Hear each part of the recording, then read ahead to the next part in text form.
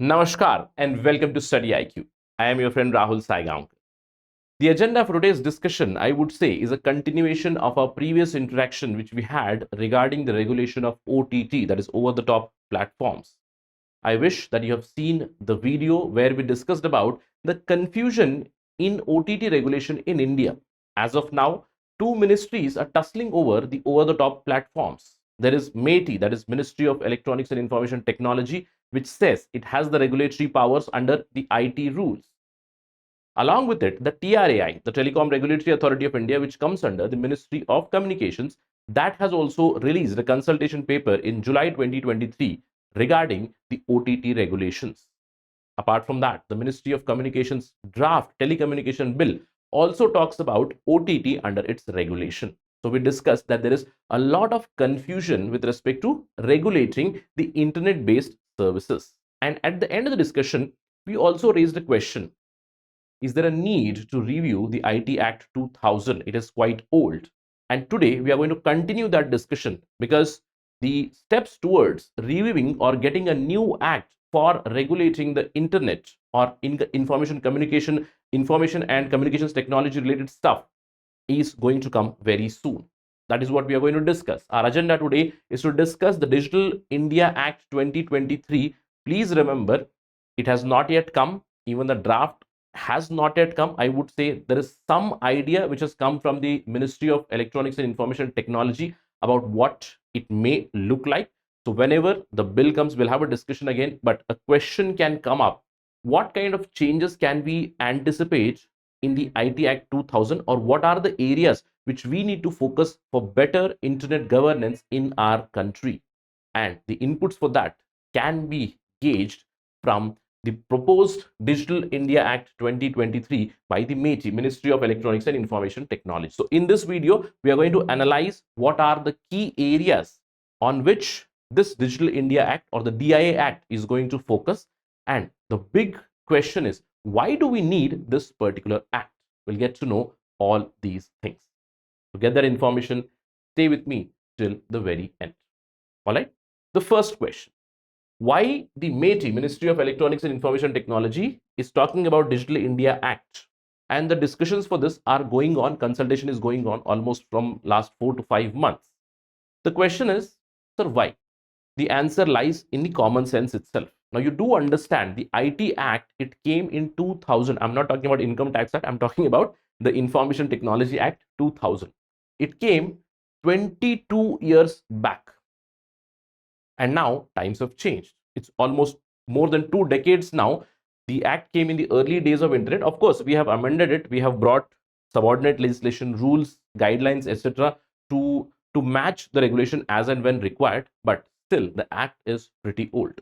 It came when the IT ecosystem was very nascent. Now, you do understand, at that time, we had simple internet facilities. I remember during 2000 itself, I think I opened my first email ID, right? And it was quite frustrating. What we used to do was we used to use only that Internet Explorer. And in that Internet Explorer, there was a small bar in which those green progress bars would go on. And we used to wait frustratingly. I remember especially with respect to results, right? Because everybody is now clicking on the internet to look after the results. And one by one, that green bar is going on. And all of a sudden, at the end, it says error. Quite frustrating, isn't it? That means the speed was in kbps, the number of users were very low, the entire IT ecosystem was quite nascent, and we brought the law at that time. Apart from that, things have evolved in the last 2 decades. At that time, data was not on a very large scale. I remember that I am from a generation where I have used a floppy disk, I have used a CD drive, basically the compact disk as well, and the DVD, and now we are also using the pen drives and the micro devices. I remember the first floppy was about, I think, 1.44 MB, and later on I had also used a floppy which was, I think, 2.4 MB. I'm not talking about GB. It's a small floppy whose capacity is just 2.4 MB, right? Okay, that was 2 decades back. So today we are in an era where new devices are coming. We are talking about artificial intelligence, we are talking about Internet of Things, Bluetooth based services, connectivity based services. Apart from that, the number of users has increased enormously. I would say almost 80%, 70 to 80% of India's population is right now connected with internet, isn't it?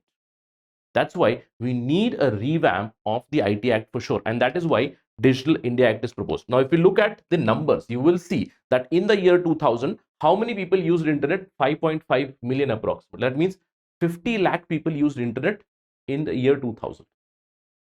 After 22, 23 years now, the number of users has gone to 85 crores. Now, 850 million, that is 85 crore are connected. Apart from that, at that time we had very little service. We had only Internet Explorer. We used to use it for information. Basically, the Internet Explorer or the World Wide Web is used for accessing the information. But today there are so many intermediaries. We have different kind of intermediaries where we talk about e-commerce today, we talk about the over the top platforms today, we talk about different services, blockchain, cryptocurrency. So many new things have come up, and at that time we normally used to focus on information. But today internet has also become some sort of a weapon where misinformation, fake information, etc. is being progressed a lot. You do understand, in the year 2000, yes, at that time also there were cyber crimes, but they were of, I would say, low sophistication. Probably you would only talk about some sort of cyber hacking, or say forced forced hacking kind of a thing where you try your password, etc. But today we talk about new kinds of cyber crimes, with the number of users increasing, with the amount of financial inclusion or financial aspects on the internet that increasing. We are looking at new forms of harm to the users. So all these things, they demand new legislation. As I told you, at that time it was a source of information and news, but today internet has become a source of disinformation, the hate speech, fake news, etc. In fact, I was reading the news recently, and the European Union has sent a notice apparently to Twitter regarding misinformation being spread connected with the Israel Gaza conflict, which is going on right now. That's a classic example of how internet and IT based services are now being used to spread misinformation as well as disinformation. So all these things, they call for a change. Apart from that, what regulatory mechanisms we already had? Somewhere there was a gap. You do understand, we have IT Act 2000. Now, under the IT Act, initially we brought whatever rules and regulations were there for the IT ecosystem of 2000, 2001, 2, etc. But later on as well, under the rules that are provided, we brought subordinate legislations, isn't it? We brought rules for intermediaries. Recently we spoke about that. We brought certifying rules. We have created computer emergency response teams to fight the cybercrime, etc. in 2004 itself. Later on, we have brought the SDPI rules, the electronic signatures rule, etc. Most of the things have come.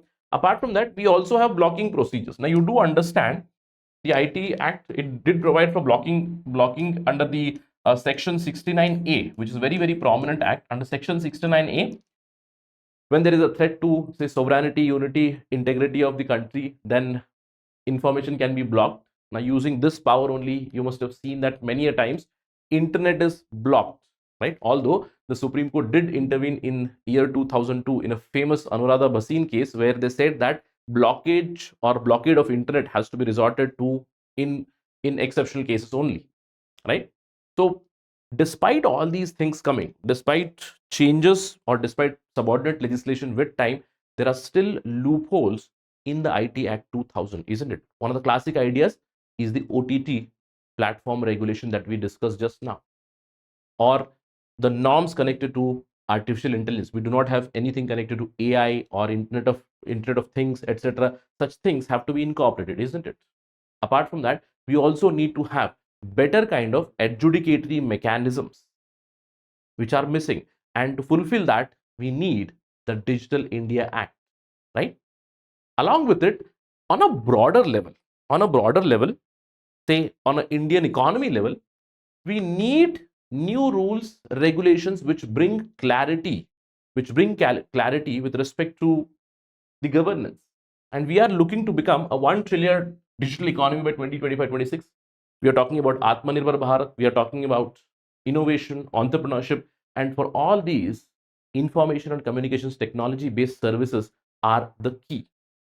And if people are investing money If people are investing money in these avenues, in these future technologies, then they must gain some sort of clarity that if at all, say, something happens, if at all there is a dispute, how the dispute will be resolved, how the rights of individuals, say my right, your right, everybody's right, how our rights are going to be protected, where can I seek grievance redressal. So all these things, they need a lot of clarity, and that is why the Digital India Act, it does make sense.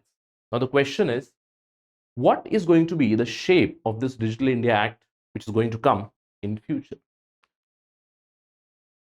See, the Digital India Act, it will lead to subordinate legislation through rules, but the act itself has to be supplemented with other other acts or other areas which are needed along with this act, right? For instance, the Digital Data Protection Act, which has already come, you do understand that just a few months back in August, the Lok Sabha and Rajya Sabha, they passed the Digital Personal Data Protection Bill 2023. So data protection we have received.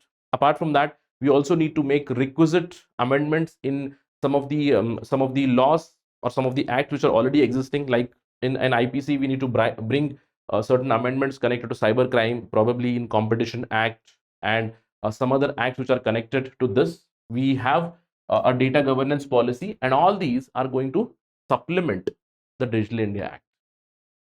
So Digital India Act, how is it going to look, or what is it going to focus on? Right now, the MeitY tells that the new law, it is going to be focused on prime certain prime drivers, and that would be open internet, safety, online safety and trust, creating accountability of institutions and providing quality service, adjudicatory mechanisms, because this is extremely important. As I told you, since we are moving towards a digital economy, more and more people are pumping in money, investing, and they need clarity if there is a dispute.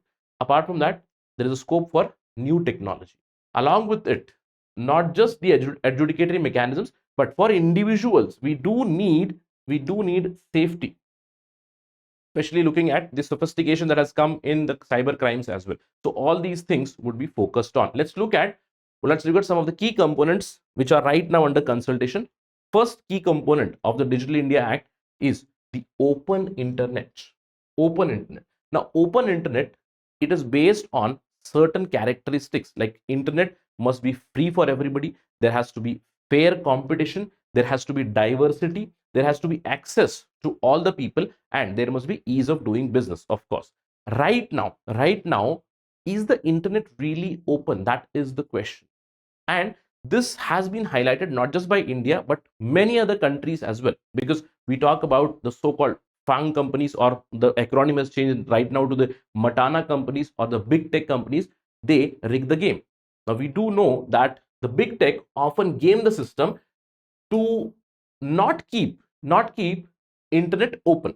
Now, in such scenario, the Digital India Act is going to bring certain rules and regulations where they are going to regulate the big tech, so that the internet is open and all these characteristics are achieved in it. Yes, we are talking about regulation, but please remember, regulation shall not mean that I am going to hamper this industry, or I am going to hamper the internet regime. No, I will allow for fair trade practices. I will allow for innovation, but I'll safeguard that innovation. I'll also promote more and more digital governance based services, because I am looking for that. So I am not looking, or the government is not looking to hamper things. The government is simply looking for fairness. Fairness. And right now, who is resorting to unfair means? The big tech companies. So we might expect some sort of rules and regulations against the big tech companies. Of course, as and when the bill becomes an act, it is bound to be challenged. But let's wait and watch for all those things. Now, apart from the open internet and some sort of big tech regulation, we are also expecting rights and safety for all. We are all the users of digital services, isn't it? We all have different social media accounts. We have our own financial apps, etc. You have your phone pay, Google Pay, Amazon Pay, so many things, right? You have so many things, so you do need your own safety as well. Now, for that, user harm adjudication is important. That means there is going to be amendment in the IPC with respect to cyber crimes, etc., where individual rights are violated. Apart from that, age gating is something which is expected, because you do understand, with the spread of digital domain, one of the biggest adverse impact is especially on children, minors, right? What happens is minors, they are getting addicted to mobile. Every other day, I read a news that one of the sad news that I read a couple of months was that a boy, he was minor, I think 13, 14 years old. He apparently murdered his own mother because she did not allow him to play PUBG, right? So some sort of age gating would be expected. Apart from that, of course, we all need digital user rights, and probably we will see some definition of our own rights. Say, for instance, I need to have right to be protected online. I need to have right to use electronic data or electronic evidence, right? I also need to have right to be forgotten, isn't it? If I am on internet, I want to be forgotten, say. So I want things to be deleted. Is it possible? So I can get certain rights like right to be forgotten, right to have secured electronic means, right to grievance redressal, right against discrimination on the internet, right? Because the Constitution of India provides there shall be no discrimination.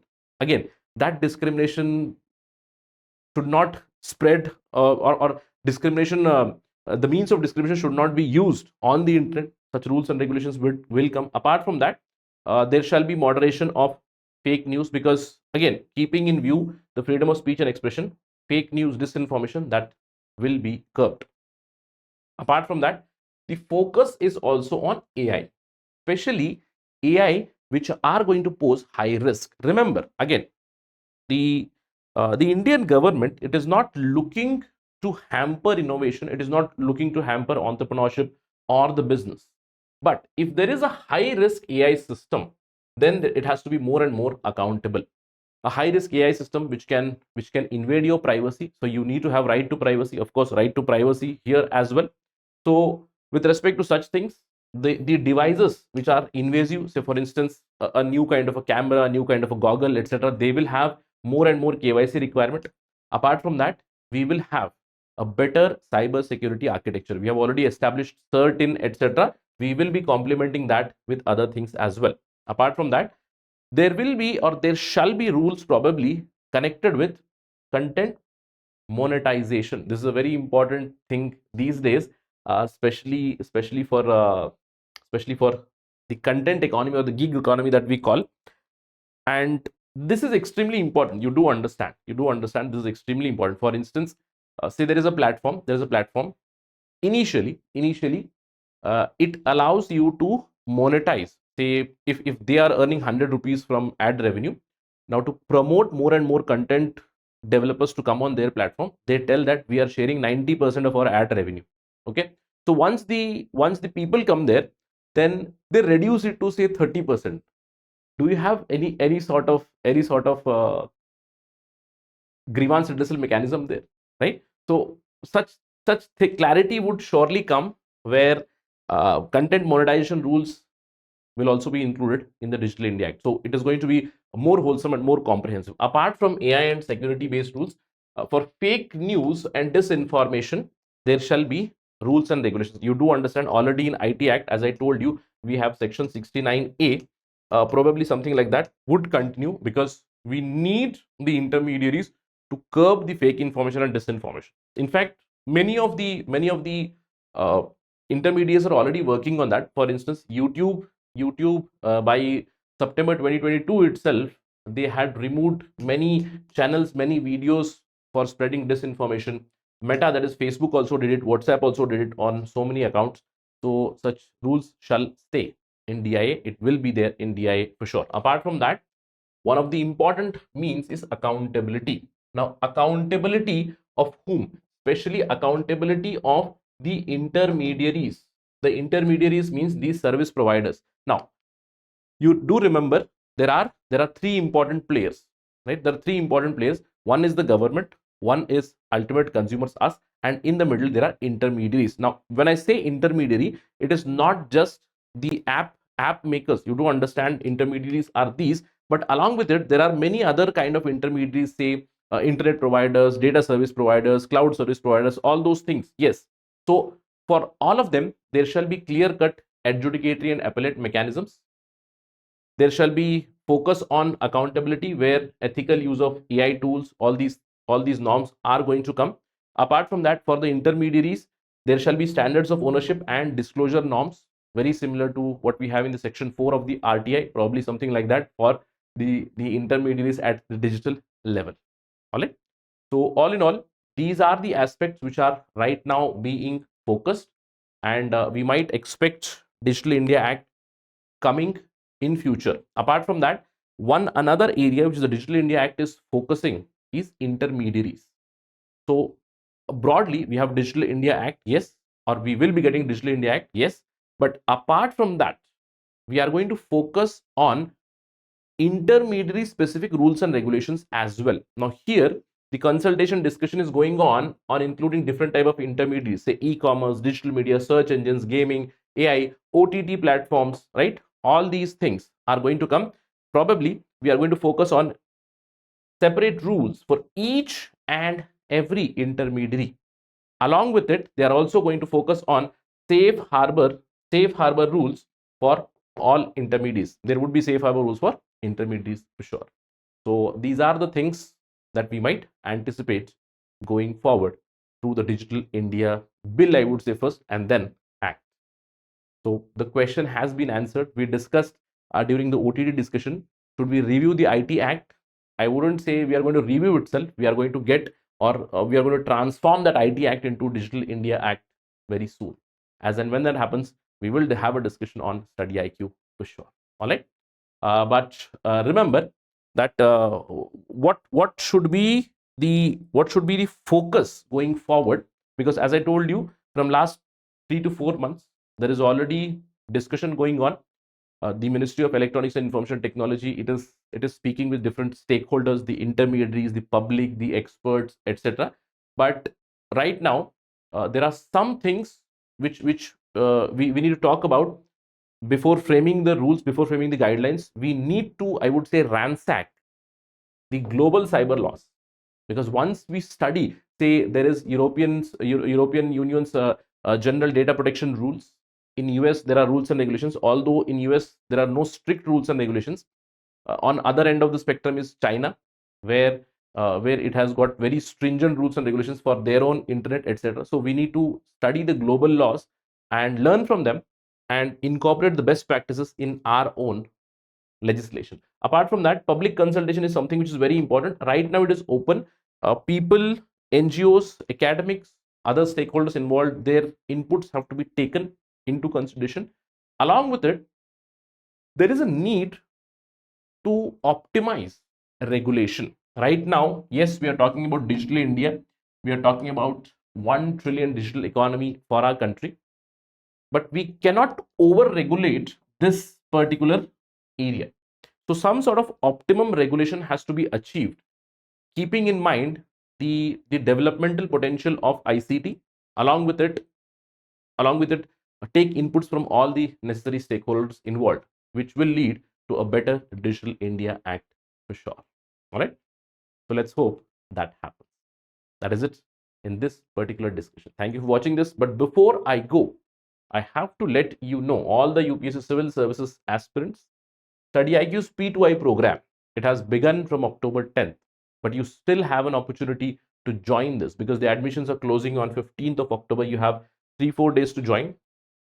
The orientation is done, a couple of classes, yes, but you will get the recorded access to that for sure. But this is a program which is most comprehensive for UPSC preparation.